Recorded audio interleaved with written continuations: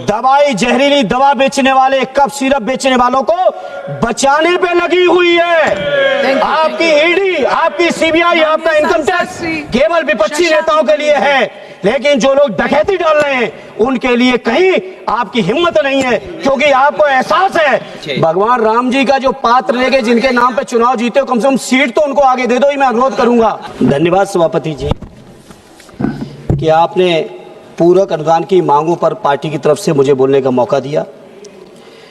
मैं आज के इस मौके पर सभापति जी, मैं सुन रहा था जब बजट के बारे में सत्ता पक्ष से जगदम्बिका पाल जी ने बात शुरू की थी, और बात कुछ इस कदर शुरू कर दी थी कि लग रहा था कि मोदी जी के राज में 11 साल के कार्यकाल में पता नहीं देश में कितना बड़ा परिवर्तन हो गया है।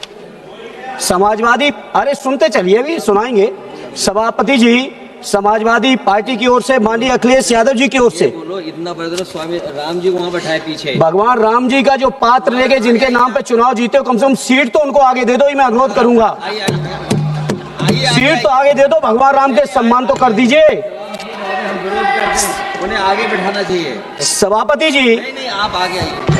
सभापति जी, ये अनुपूरक बजट की जब चर्चा शुरू हुई तो सबसे ज्यादा सब्सिडी, यूरिया सब्सिडी के नाम पर बिल बजट मांगा गया, और लगातार किसानों के लिए जाने कितनी बड़ी बड़ी बातें की गई। कुछ सच्चाइयों को मैं आपके माध्यम से सदन और सदन के साथ साथ देश के सामने रखना चाहता हूं। जब 2014 में यूपीए की सरकार थी, उस समय देश के किसानों के ऊपर केवल 7.5 लाख करोड़ कर्ज था, और 11 साल में वो 7.5 लाख करोड़ कर्ज बढ़ के 28.5 लाख करोड़ हो चुका है। सभापति जी, उस समय प्रति किसान केवल 37,000 रुपए कर्ज था। आज की तारीख में वो 37,000 बढ़ के पर किसान 78,000 रुपए हो चुका है प्रति किसान।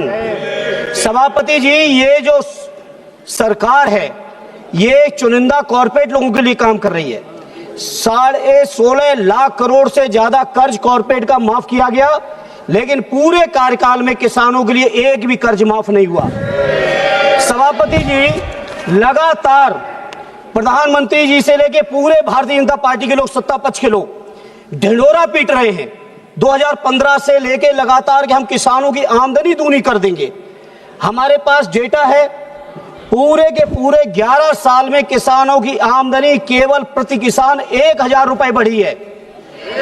स्वामीनाथन जी के बारे में 2014 में कहा, 17 में कहा, 19 में कहा, 22 में कहा, आज तक स्वामीनाथन जी की सिफारिश रिपोर्ट को लागू नहीं किया है। किसान नहीं है, इसलिए नहीं कर। ये सच्चाई है इनकी।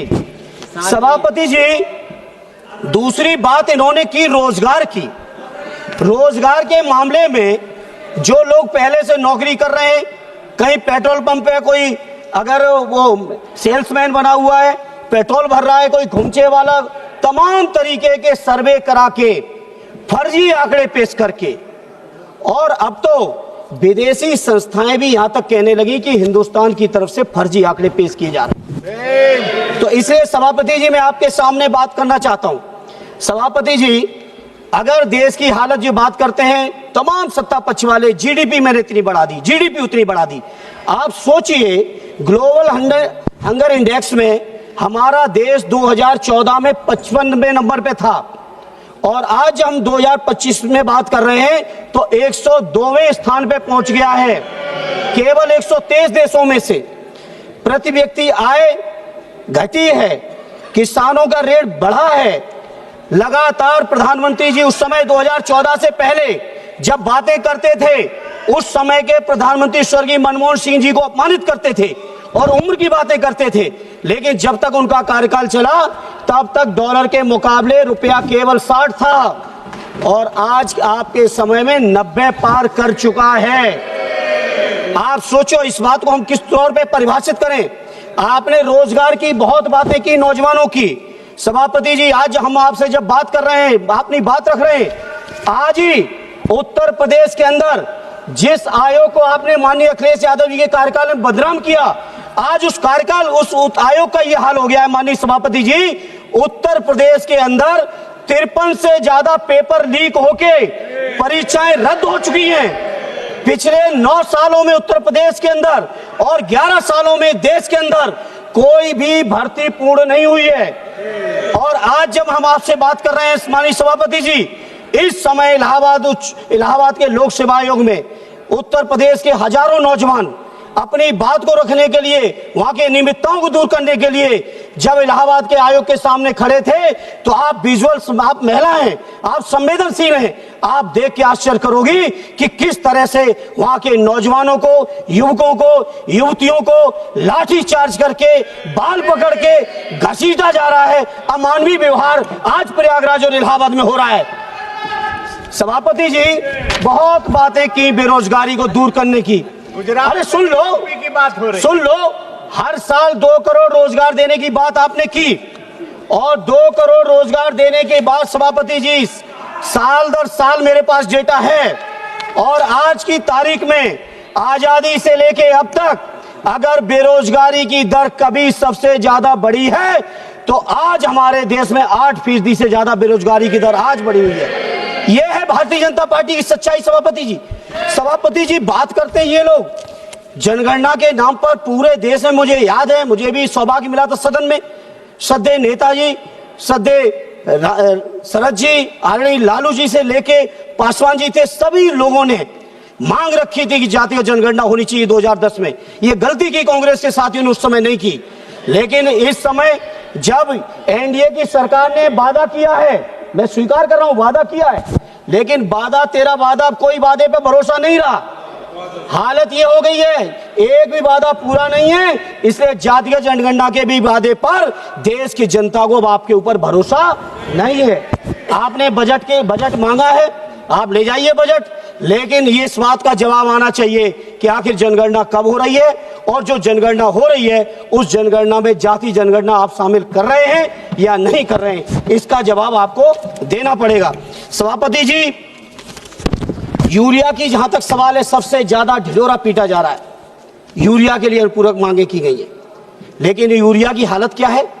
बिहार के साथी चर्चा कर रहे थे, बिहार के बारे में आप जाने, लेकिन उत्तर प्रदेश के बारे में हम ये जानते हैं कि उत्तर प्रदेश में यूरिया के वितरण के लिए पूरी की पूरी कोतवाली, पूरी की पूरी तहसीलों में किलोमीटरों लाइन लग के, लाठी चार्ज खा के, गर्मी सर्दी बरसात में किसान अपना पूरा परिवार लाइन में लगाता है, तब जाके कुछ को कहीं 1 या 2 बोरी यूरिया मिलती है, क्योंकि उसमें से जो यूरिया की सब्सिडी आ रही है किसानों पे जाए अगर तो हमें स्वागत करेंगे, लेकिन माननीय सभापति जी, ये यूरिया की सब्सिडी किसानों के पास न जाके सत्ता पक्ष के दलालों की और अधिकारियों की जेब में जा रहा है। इसलिए सभापति जी, हम इस बात से नहीं सहमत इस तरह से जो इन्होंने किया है।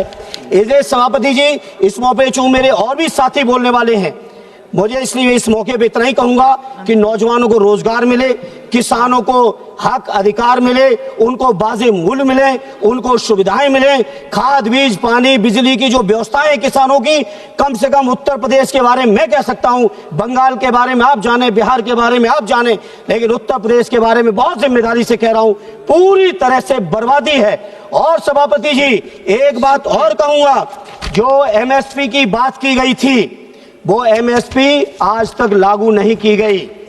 और तो और सभापति जी, पहले भी सदन में उठाया हूं, आज फिर दोहरा रहा हूं, बच्चों को दवाएं भी मिलावटी दी जा रही, जहर बेचा जा रहा है। और एक लास्ट सभापति जी, शुक्रिया, पूरी की पूरी भारतीय जनता पार्टी की उत्तर प्रदेश सरकार दवाई, जहरीली दवा बेचने वाले, कफ सिरप बेचने वालों को बचाने पे लगी हुई है। आपकी ईडी, आपकी सीबीआई, आपका इनकम टैक्स केवल विपक्षी नेताओं के लिए है, लेकिन जो लोग डकैती डाल रहे हैं उनके लिए कहीं आपकी हिम्मत नहीं है, क्योंकि आपको एहसास है कि अगर आपने ढंग से कार्रवाई कर दी तो लखनऊ वाले बचाने में लगे हैं, दिल्ली वाले कुछ कर नहीं रहे हैं, और दिल्ली वाले डर रहे हैं कि लखनऊ वाले कहीं रूठ न जाएं।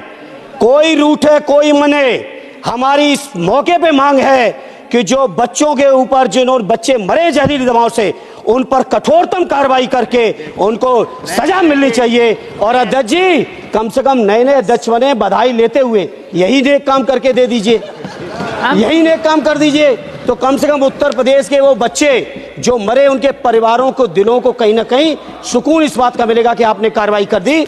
बहुत बहुत धन्यवाद सभापति जी, आपने टाइम दिया, बहुत बहुत धन्यवाद।